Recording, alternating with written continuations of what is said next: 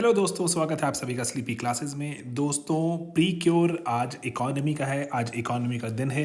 तो हम इकोनॉमी के pre cure that means economy के करंट अफेयर्स कवर करेंगे। लगता है नाम से सिर्फ प्रीलिम्स के करंट अफेयर्स हैं, लेकिन दोस्तों ये प्री के प्लस मेंस दोनों के ही यहाँ पर करंट अफेयर्स हैं। तो चलिए 17 से 24 जनवरी के बीच की जो भी इंपॉर्टेंट घटनाएं रही, चलिए हम रैपिडली डिस्कस करते हैं आज।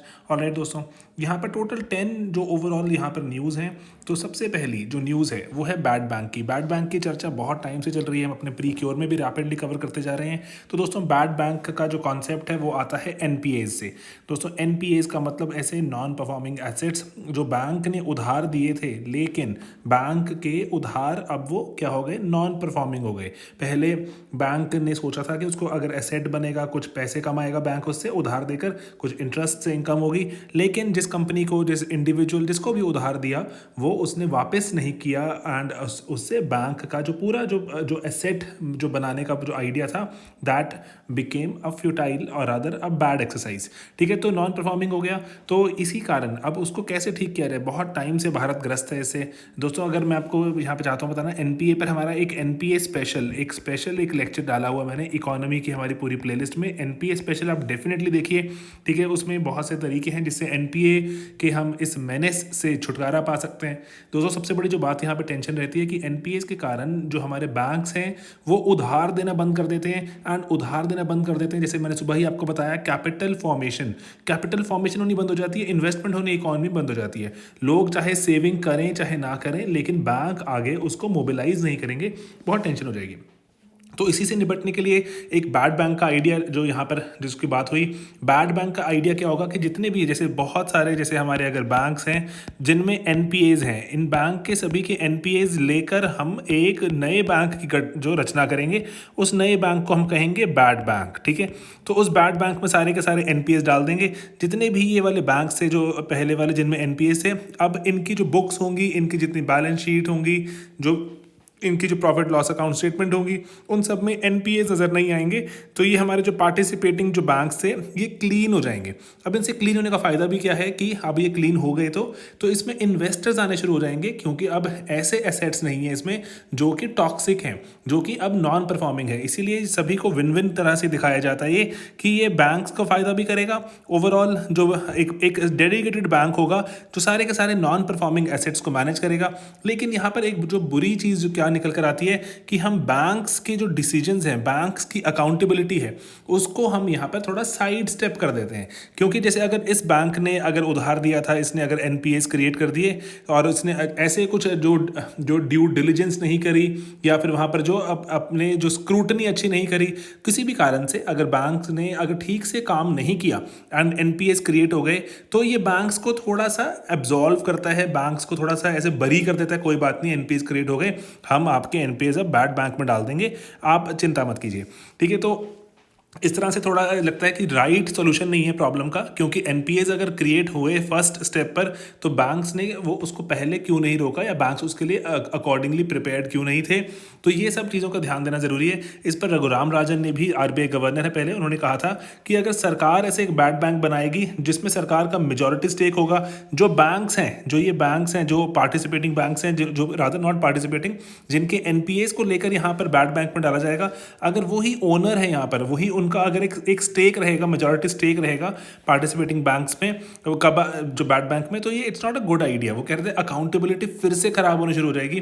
जैसे यूएस वगैरह में और बहुत से डेवलप्ड कंट्रीज में ऐसे ऑलरेडी ये बैंक्स हमारे रहते हैं जो बैड बैंक होते हैं। तो अब ये सवाल उठता जा रहा है कि क्या हमें बैड बैंक चाहिए। ठीक है, और जो रिपीटेडली जो इवन की जो एक बैंकिंग एसोसिएशन है इंडिया में, बैंकिंग एसोसिएशन ने भी कहा कि ज़रूरत है, हमें बैड बैंक चाहिए।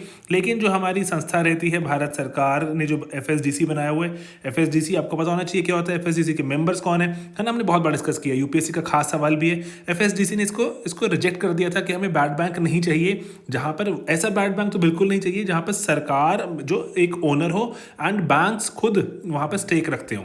ठीक है, तो ये इसको सरकार ने मना कर दिया है, लेकिन अभी जैसे पेंडेमिक के चलते बैंकिंग सेक्टर फिर से प्रभावित होगा। एंड इवन की जो असेट रिकंस्ट्रक्शन कंपनीज हैं जो कि बैंक्स के एनपीएस को खरीद कर रिकंस्ट्रक्ट करने की कोशिश करती हैं एंड उसको फिर अच्छा मुनाफेदार बनाकर बेच देती हैं, तो उनको भी थोड़ा अंडरमाइन करेगा बैड बैंक कि एआरसीज को हमें प्रमोट करना चाहिए, रादर एआरसीज का काम ही थोड़ा खत्म हो जाएगा।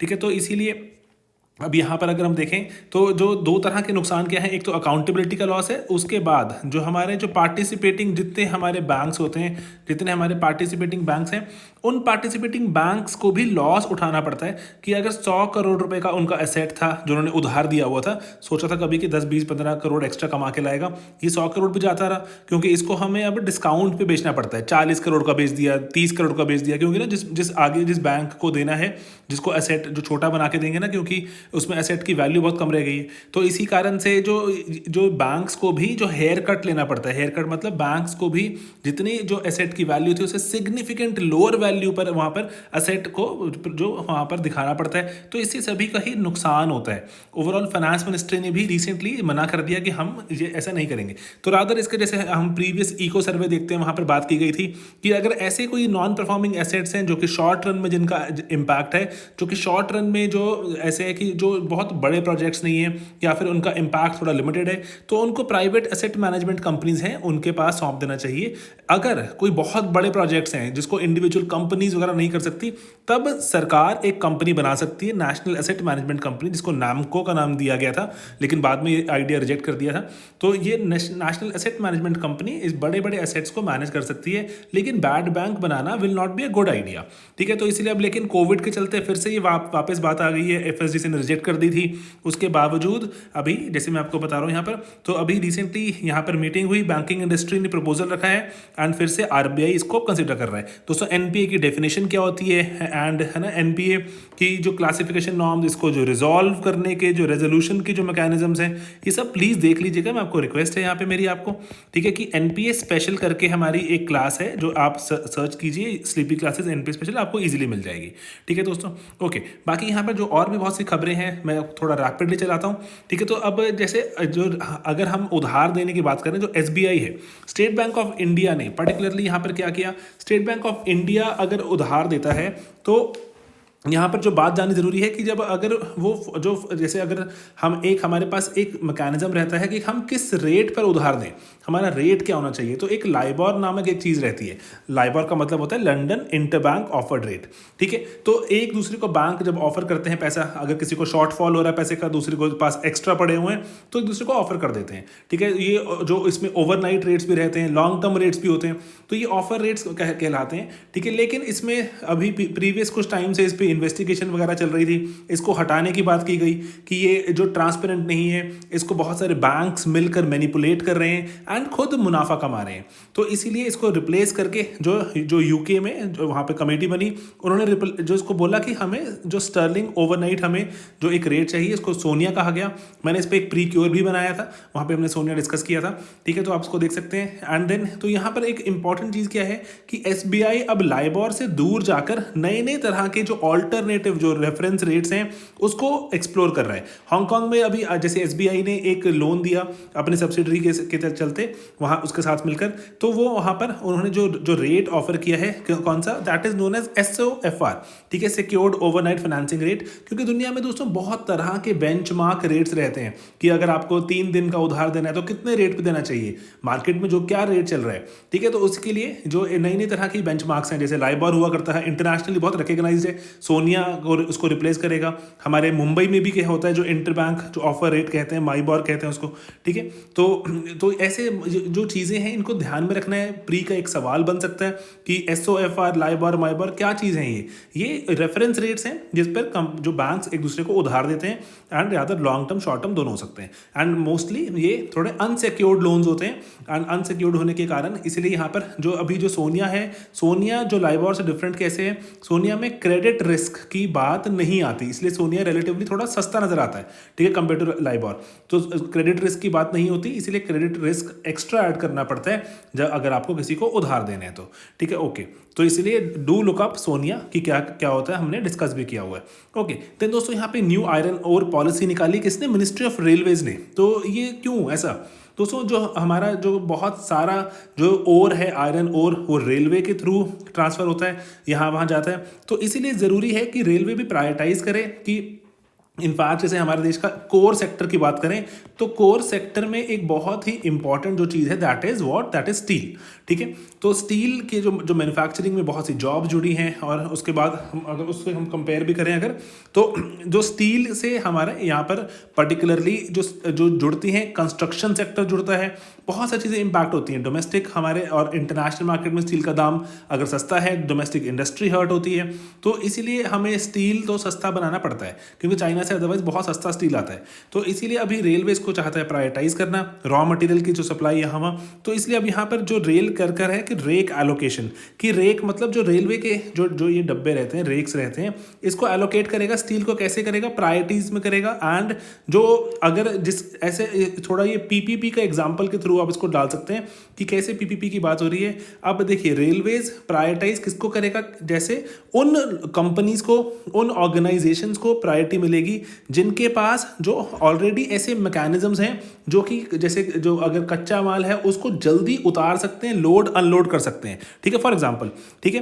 तो इसीलिए यहाँ पर लोडिंग अनलोडिंग की अगर आपके यहाँ पे सुविधा बढ़िया है तो रेलवे आपको प्रायोरिटाइज कर देगा, क्योंकि अदरवाइज रेलवे का भी उसमें जो बहुत टाइम बचता है, लॉजिस्टिक्स बेटर हो जाते हैं। एंड अकॉर्डिंगली यहाँ पर जो ये जो एलोकेशन स्कीम है ये अकॉर्डिंगली जो लोगों के साथ मिलकर बनाई जा रही है, क्योंकि अगर जो प्राइवेट पार्टनर्स हैं वो अगर एक्टिवली काम कर रहे हैं, अगर प्राइवेट पार्टनर्स ने अपने एंड पर अगर बढ़िया वहाँ पर जो लॉजिस्टिक्स के लिए इंफ्रा तैयार किया हुआ है तो ये काम जल्दी हो जाएगा, ठीक है। एंड जो लोडिंग अनलोडिंग वगैरह सब कुछ मिलाकर, तो यहाँ पर एक बात जाननी जरूरी है कि आयरन और देखें हमारे देश में सब जो दूसरे नंबर की जो सबसे ज़्यादा जो फ्रेट की जाने वाली चीज़ है, ठीक है, एंड स्टील के साथ मिलकर 17%, 1/6 अप्रॉक्सीमेटली 1/6 जितना भी हमारा टनेज जो फ्रेट में चलता है उसमें से 1/6 क्या है, आयरन ओर, ओके, बड़ी बात है बहुत, ओके।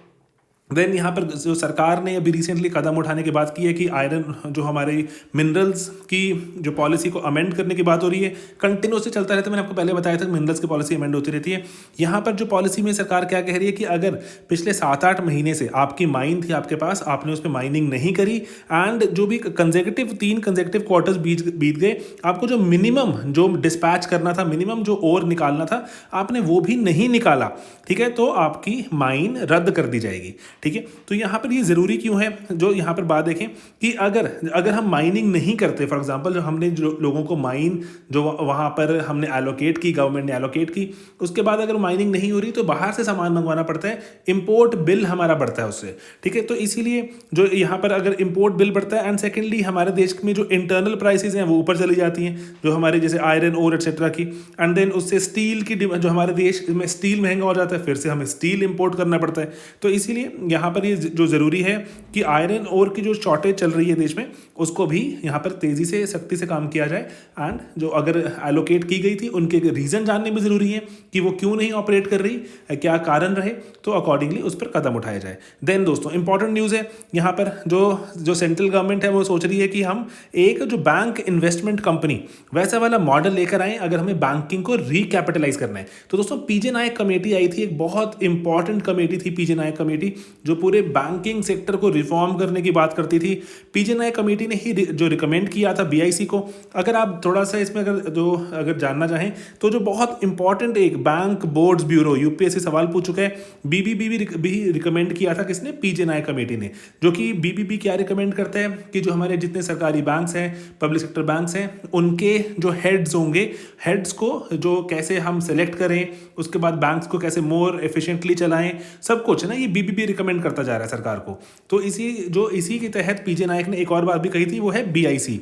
वो कह रहे हैं कि सरकार के जैसे जो हमारी गवर्नमेंट होती है, गवर्नमेंट की बहुत सारे बैंक्स में हिस्सेदारी होती है। तो वो कह रहे हैं कि ना इस बैंक में इतनी, इसमें इतनी, इसमें इतनी, इसमें इतनी। तो वो कह रहे हैं ये सब कुछ यहाँ पे ऐसे नहीं होना चाहिए।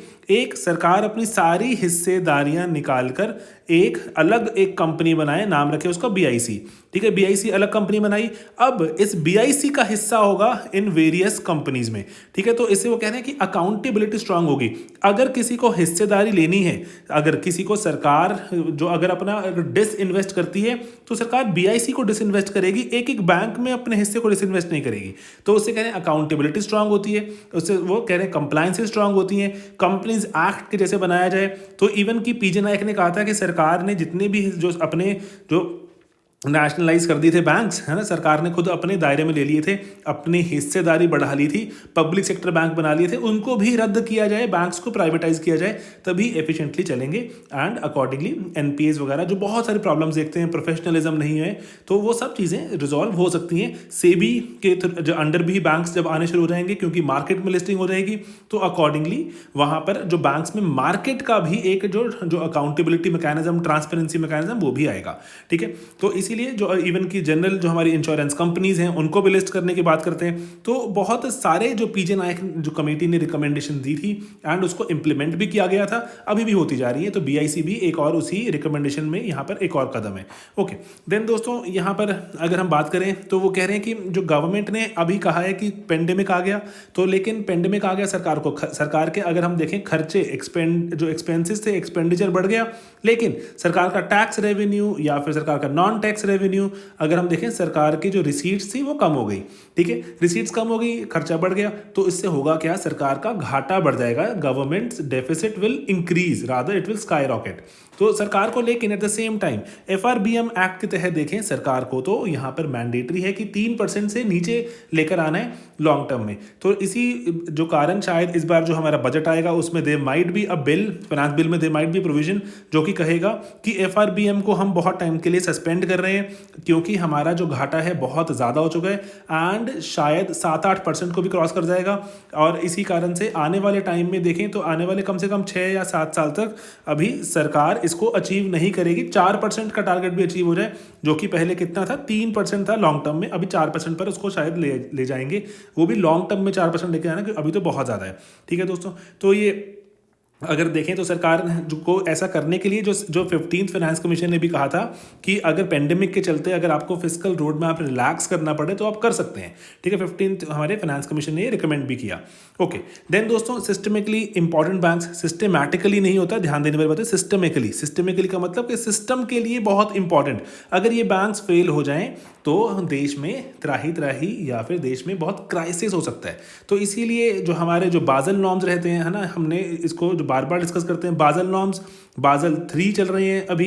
ठीक है, जो बाज़ल एक जगह है वैसे स्विट्जरलैंड में, तो वहाँ पर जो हमारे जितने भी हमारी जो रहती हैं, जो सेंट्रल बैंक्स रहते हैं, जैसे इंडिया में आरबीआई है, ठीक है, यूएस में फेडरल रिजर्व है, या फिर अगर इंग्लैंड में देखें बैंक ऑफ इंग्लैंड है, जो उनके सेंट्रल बैंक्स हैं, उन सभी के जो गवर्नर्स यहाँ पे मेंबर रहते हैं बाज़ल में, वो मिल बांट कर इकट्ठे बैठकर डिस्कशन करते हैं कि कैसे दुनिया भर का बैंकिंग सिस्टम को सिक्योर बनाया जाए, इसमें फाइनेंशियल ट्रबल्स हैं उसको थोड़ा हटाया जाए एंड क्राइसिस वाली सिचुएशन डेवलप ना हो, ठीक, एंड लोगों को नुकसान ना हो। तो इसलिए बाज़ल जो आए दिन नए नए नॉर्म्स लाता रहता है। अभी जो पिछले कुछ सालों में जो इंप्लीमेंट हो रहे हैं 2000 बाज़ल 3, जैसे आप देखते हैं ना, जैसे ऑटोमोबाइल्स में हमारे नॉर्म्स रहते हैं, यूरो नॉर्म्स या भारत जो स्टेज नॉर्म्स, तो ऐसे ही बाज़ल नॉर्म्स हैं बैंकिंग के लिए। तो यहाँ पर वो आपको वो जो बाज़ल ने कहा है कि हमें आइडेंटिफाई करना जरूरी है एसआईबीज का मतलब है systemically important banks, not systemically important banks.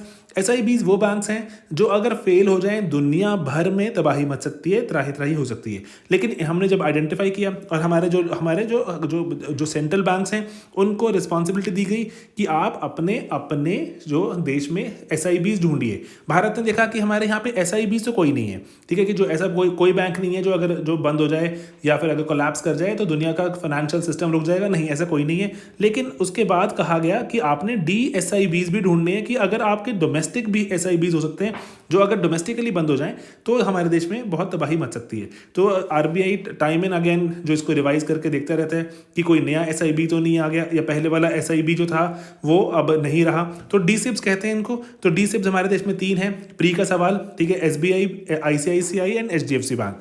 ठीक है दोस्तों, हमने बैंकिंग के लेक्चर में डिस्कस किया हुआ है वहाँ पर, लेकिन तब की बात है, वो आज से कुछ 1.5-2 साल पहले जब की बात थी, वो जो वीडियो बना था कॉन्सेप्चुअल वीडियो है। कॉन्सेप्चुअल वीडियो में मैंने एग्जाम्पल के थ्रू बताया हुआ, उसमें आपको शायद वहाँ पर 2 ही नजर आते हैं। ठीक है, शायद HDFC ऐड कर लीजिएगा। ठीक है दोस्तों, ये मतलब बहुत पुरानी बात होगी, हमने बहुत बार डिस्कस कर लिया ऑलरेडी, लेकिन स्टिल ओके।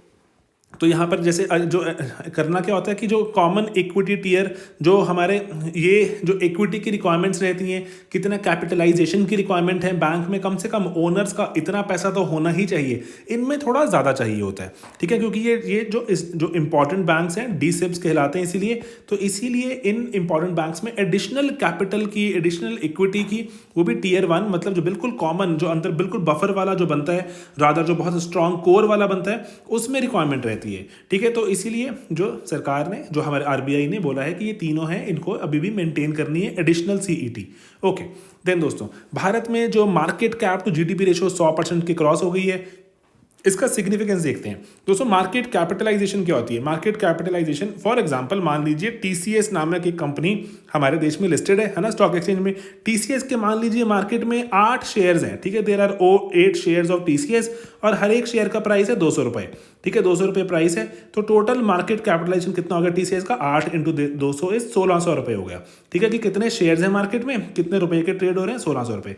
वो कह रहे हैं अगर हम सारी कंपनीज का ऐसे चेक करें कि कितने शेयर्स हैं मार्केट में जो ट्रेड होते हैं, कितने रुपए उनकी कीमत चल रही है, उनको देखें तो हमारे टोटल हमारे देश का मार्केट कैपिटलाइजेशन निकाली जा सकती है। तो वो कहने अगर हम इसको टोटल करें और इसको देखें GDP से रेशो, जनरली ये रेशो क्या है क्या नहीं, अभी देखें तो ये मोर देन 1 हो गई है। दैट मीन्स हमारी कंपनीज मार्केट कैपिटलाइजेशन में ऊपर है GDP से। तो इसका सिग्निफिकेंस क्या होता है दोस्तों? इसका सिग्निफिकेंस जानना जरूरी है। जो शेयर प्राइस होती है हमारी, share price is a reflection of future of the company. ठीक है, कि आने वाले टाइम में हमारे जो ये कंपनी की बात हो रही है जिसकी भी, वो उसके क्या प्रॉस्पेक्ट हैं। अगर प्रॉस्पेक्ट अच्छा होता है आने वाले टाइम में कि अच्छा रेवेन्यू स्ट्रीम है, कंपनी नए नए प्रोडक्ट्स ला रही है, फ्यूचर इज गुड, तो ऑटोमेटिकली जो शेयर का दाम ऊपर जाना शुरू हो जाता है। अगर प्रॉस्पेक्ट जो ब्लीक होता है, अच्छा नहीं लग रहा होता है, तो उसको लोग जो शेयर को छोड़ना शुरू करते हैं कि हमें नहीं चाहिए, एंड अकॉर्डिंगली प्राइसेस ड्रॉप। तो इसीलिए अगर market cap is more than GDP, that means हो सकता है कि अभी हमारी इतनी आउटपुट इतनी बढ़िया नहीं है, लेकिन फ्यूचर सीम्स वेरी प्रॉमिसिंग। अगर हम सिर्फ इस रेशो को देखें, ठीक है, तो आपसे इस रेशो की सिग्निफिकेंस पूछी जा सकती है। जो इमर्जिंग हमारी मार्केट्स में देखें तो हमारी highest market cap to GDP ratio चल रही है अभी, लेकिन जो डेवलप्ड वर्ल्ड होते हैं, जो टेक्नोलॉजिकली बहुत एडवांस्ड होते हैं, उनमें ऑफन ये ऊपर देखी जाती है। ठीक है, जैसे US, UK, जापान वगैरह, वहां पर market cap is usually more than GDP। ठीक है, तो लेकिन इमर्जिंग मार्केट्स में इंडिया भी इस अब जो ग्रुप का पार्ट बन चुका है। ओके, लेकिन दोस्तों मार्च की अगर हम बात करें, वो तो खैर दुनिया भर की बात है। जब मार्च में जब कोविड जब बिल्कुल एकदम डर बहुत टॉप पे था, तो ये market cap to GDP ratio 1 नहीं सिर्फ 0.5 रह गई थी। तो एक तरह से हमने डबल कर दी है हमारी मार्केट कैप पिछले कुछ 8-9 महीने में। ओके, देन दोस्तों RBI ने एक NBFCs पर थोड़ी कमर कसने के लिए, थोड़ी नकेल कसने के लिए एक 4 tier स्ट्रक्चर को प्रपोज किया है कि ऐसी अगर हम NBFCs को क्लासीफाई करें, जो बिल्कुल जैसे एक होगा बेस लेयर, ठीक है, देन होंगी middle layer and upper layer, ये सिस्टमिकली सिग्निफिकेंट NBFCs होंगी, एंड देन टॉप लेयर। ये तो बहुत सुपर इंपॉर्टेंट है, इनमें बहुत ज़्यादा सुपरविजन और रेगुलेशन रिक्वायर्ड है, ये तो फेल हो ही नहीं सकती। NBFCs दोस्तों क्या होती हैं जनरली? ये वही जो फाइनेंशियल कंपनीज हैं जो आपको जो उधार भी देती हैं, बहुत सारी फाइनेंसिंग करती हैं आपकी, लेकिन ये बैंक्स नहीं होती, बैंकिंग वाला काम नहीं करती। ठीक है, चेक इशू नहीं करती, एक्सेट्रा, हमने बहुत बार डिस्कस किया हुआ है। तो इसीलिए जो बेस लेयर है, ये इनमें थोड़ा जो फ्रेमवर्क थोड़ा सा जो रिलैक्स्ड भी हो सकता है, एंड इतनी रेगुलेटरी इंटरवेंशन की रिक्वायरमेंट भी नहीं रहती। उनके टाइप्स भी देख सकते हैं, जैसे P2P लेंडिंग प्लेटफॉर्म्स, है ना। एंड देन मिडल लेयर में हमें थोड़ा यहाँ पर देखें तो सिस्टमिकली इंपॉर्टेंस उनकी बढ़नी शुरू हो जाती है, एंड ग्रेजुअली जो आपके जो अपर लेयर्स हैं, जैसे हमारी IFCs भी दोस्तों कहाँ मिडल लेयर में आती हैं, जो हमारे ऐसे जो डेवलपमेंट फाइनेंस इंस्टीट्यूशंस, ठीक है, जो कि डेवलपमेंट जैसे कंस्ट्रक्शन सेक्टर एक्सेट्रा के लिए स्पेसिफिक डेडिकेटेड लोन्स देते हैं। Then upper layer and then top layer. आप इनमें कौन सी एक आधी कोई है उसको थोड़ा डिस्कस देख लीजिए एक बारी, ठीक है। तो लेकिन ये जो बढ़िया मैकेनिज्म हो सकता है फॉलो करने के लिए फॉर NBFCs, ताकि NBFCs भी अगर सिस्टमिकली इंपॉर्टेंट होती जा रही हैं उन पर भी नजर रखी जाए। ऑलराइट, तो ये एक इंपॉर्टेंट चीज़। देन दोस्तों आप कॉर्पोरेट सोशल रिस्पॉन्सिबिलिटी की बात करें, क्योंकि सरकार ने जो कंपनी कंपनीज एक्ट जब अमेंड किया था तो सरकार ने कहा था ऐसी कंपनी जिनकी नेटवर्थ 500 करोड़ या उससे ज़्यादा है, टर्नओवर 1000 करोड़ उससे ज़्यादा या प्रॉफिट 5 करोड़ उससे ज़्यादा रहा, तो उनको 2% स्पेंड करना रहता है अपने प्रॉफिट्स का किस पर, CSR एक्टिविटीज़ हर साल। CSR मतलब ऐसे समाज के लिए बढ़िया एक्टिविटीज़, कोई स्कूल खोल दिया, कोई किसी गरीब जो जैसे लेट्स से कि बच्चों की पढ़ाई में कुछ कंट्रीब्यूट कर दिया, हेल्थ में कुछ बना दिया, तो ऐसे अनगिनत पेड़ पौधे लगा दिए। ऐसी चीज़ें जो कंपनीज करें जो सोशली बहुत इंपॉर्टेंट है, ठीक है, socially and rather environmentally. Even कि अगर लेट्स से मान लीजिए कि आपको कंट्रीब्यूट करने थे, आपको कंट्रीब्यूट करने के लिए 10 करोड़ या 100 करोड़ मान लीजिए आपको जो कंट्रीब्यूट करने थे, ठीक है, कि जो भी आपका 2% था 100 करोड़ रुपए आ रहा था, ओके, लेकिन आपने जो पेड़ पौधे, स्कूल, जो हॉस्पिटल सब चलाए, उसको खर्च करने के बाद आपने 80 करोड़ ही खर्च कर पाए, 20 करोड़ रह गए। तो जो शॉर्टफॉल था आप इसको जो प्रधानमंत्री रिलीफ फंड, जो PM रिलीफ फंड एटसेट्रा में भी डाल सकते हैं, और तो ऑटोमेटिकली आपका जो CSR पूरा हो जाता है। मैंने रिसेंटली एक वीडियो में भी कवर किया था कि कौन सी एक्टिविटी इसमें परमिटेड है, कौन सी परमिटेड नहीं है, ठीक है दोस्तों। तो प्लीज़ उस पर ध्यान दीजिएगा, ये आपका प्री का सवाल बन सकता है कि कौन सी परमिटेड है CSR में, कौन सी नहीं। तो जो इवन की कोविड के लिए करने वाली बहुत सारी प्रिपरेशन थी वो भी अलाउ कर दी गई थी कि अगर आप कोविड के लिए अगर आप जो बहुत सा काम कर रहे हैं तो वो भी अलाउड है, लेकिन अगर कोविड के लिए अपने एम्प्लॉयज़ को वैक्सीन लगवा रहे हैं वो शामिल नहीं है, ठीक है। तो थोड़ा स्पिरिट में रह के काम करना जरूरी है, स्पिरिट को जो वायलेट ना किया जाए CSR की।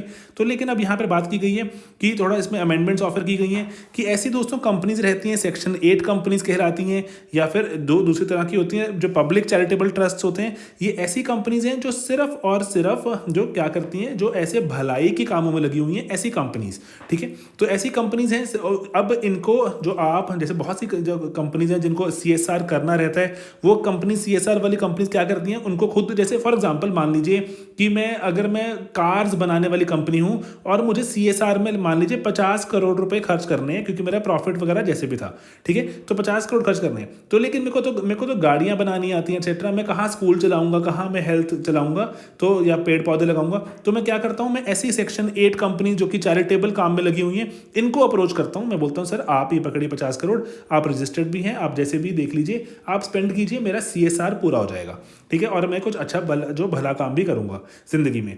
तो लेकिन सरकार ने बोला कि अगर आप रजिस्टर्ड नहीं हैं गवर्नमेंट के साथ, तो ये सेक्शन 8 कंपनीज या फिर रजिस्टर्ड पब्लिक जो चैरिटेबल ट्रस्ट हैं, इनमें आप दान नहीं कर पाएंगे अगर ये रजिस्टर्ड कंपनीज नहीं है तो इसलिए इनको रजिस्टर करना होगा जल्दी से जल्दी। अदरवाइज बहुत सी कंपनीज जो इनको पैसा देती हैं वो अब पैसा नहीं दे पाएंगी, CSR में थोड़ा यहाँ पर जो ठेस, जो थोड़ा धक्का पहुंच सकता है, ठीक है दोस्तों। तो इसीलिए बहुत सारा जो साइजेबल अमाउंट ऑफ CSR जाता है इन कंपनीज प्राइवेट ट्रस्ट के थ्रू इनको, और रादर बहुत बड़ी बड़ी कंपनीज कॉन्ट्रीब्यूट करती हैं। तो ये कुछ पर्टिकुलर चीज़ें हैं जिन पर काम करना ज़रूरी है, और जिन पर रादर अगर काम नहीं हुआ तो CSR might get impacted. And long term में भी CSR की बात हो रही है कि अगर आप लॉन्ग टर्म में चाहते हैं कि ऐसे आपने कोई प्रोजेक्ट शुरू किया, मान लीजिए कि आपको इस साल 50 करोड़ रुपए CSR करने थे, लेकिन आपका प्रोजेक्ट थोड़ा बड़ा था, आपने उस पर 65 करोड़ खर्च कर दिए, एक्स्ट्रा कर दिया, तो कैरी ओवर की बात भी हो रही है, क्योंकि लॉन्ग टर्म का प्रोजेक्ट था। मान लीजिए आप अस्पताल बना रहे हैं, मान लीजिए आप कोई बड़ा स्कूल बना रहे हैं, ऐसे कोई चीज़ कर रहे हैं, तो जो कि लॉन्ग टर्म प्रोजेक्ट है जिसमें आपने आज ज़्यादा खर्चा कर दिया, कल चाहे थोड़ा कम भी हो, तो कंपनसेट हो जाएगा, उसकी भी यहाँ बात शुरू हो गई है, ठीक है दोस्तों। तो ये जो चीज़ें थी इंपॉर्टेंट है। NBFCs की क्लासिफिकेशन की बात जाननी जरूरी है, market cap to GDP ratio, significance क्या है, एंड देन DSIBs की रीक्लासिफिकेशन, कहाँ से आता है DSIB, जो फिजिकल रोड मैप की बात करें, फिजिकल डेफिसिट में FRBM में बदलाव देखने को मिलेगा पक्का। देन BIC की बात करें अगर, तो जो बैंक इन्वेस्टमेंट कंपनी है, PGNI कमेटी ने रिकमेंड की थी, BBB भी रिकमेंड किया था, अब माइंस की जो रद्द करने की अपील की गई है क्योंकि आयरन ओर अवेलेबल ही नहीं हो रहा। एंड देन जो ओर्स को यहाँ से वहाँ ले जाने के लिए जो रेलवे ने नई पॉलिसी निकाली ताकि हमारे देश में जो आयरन ओर के दाम बढ़ते जा रहे हैं उसको थोड़ा बेहतर किया जाए, मार्केट को थोड़ा सा और लॉजिस्टिक्स को ऑर्गेनाइज किया जाए। देन जो SBI ने हमें बताया कि ऑल्टरनेट रेफरेंस रेट्स भी हो सकते हैं apart from LIBOR, and then LIBOR, SONIA etcetera. And then उसके बाद NPAs को सॉल्व करने के लिए बैड बैंक की जो फिर से बात वापस आ गई है। तो दोस्तों कुछ इंपॉर्टेंट न्यूज़ हैं प्री क्योर में, हम कवर करते जाते हैं हर हफ्ते, ठीक है। आज इकोनॉमी का दिन था, कल एनवायरनमेंट का, सो ऑन सो फोर्थ। पूरा हर रोज़ एक जो सब्जेक्ट को डेडिकेटेड है, पढ़ाई करते हैं, मेहनत करते हैं। एंड दोस्तों हमारा प्रीलिम्स का क्रैश, प्रीलिम्स की टेस्ट सीरीज भी अवेलेबल है, वेबसाइट पर जाके आप जान सकते हैं। हमारे नंबर्स अवेलेबल हैं, मैम से बात करके उसको accordingly you can get the entire knowledge about it. Website भी है हमारी sleepyclasses.com, वहाँ पर you'll get the entire information. A lot of people are getting associated with us, so काफ़ी लोगों का अगर हम पे ट्रस्ट अगर है, ट्रस्ट बना अगर हम पे अगर पोज किया, तो we want to give our best, ताकि आप फर्दर आने वाले सालों में भी मेहनत करके रैंक निकालें एंड और बच्चों को भी आगे जो इसको रिकमेंड करते रहें कि जो मेहनत करना चाहते हैं वो मेहनत कर रहे हैं एंड उनको फल भी मिले। ठीक है दोस्तों, तो बस यही एक छोटा सा अटेम्प्ट हमारा। मिलेंगे अपने अगले वीडियोज़ में बहुत ही जल्द। बाय बाय दोस्तों, टेक केयर।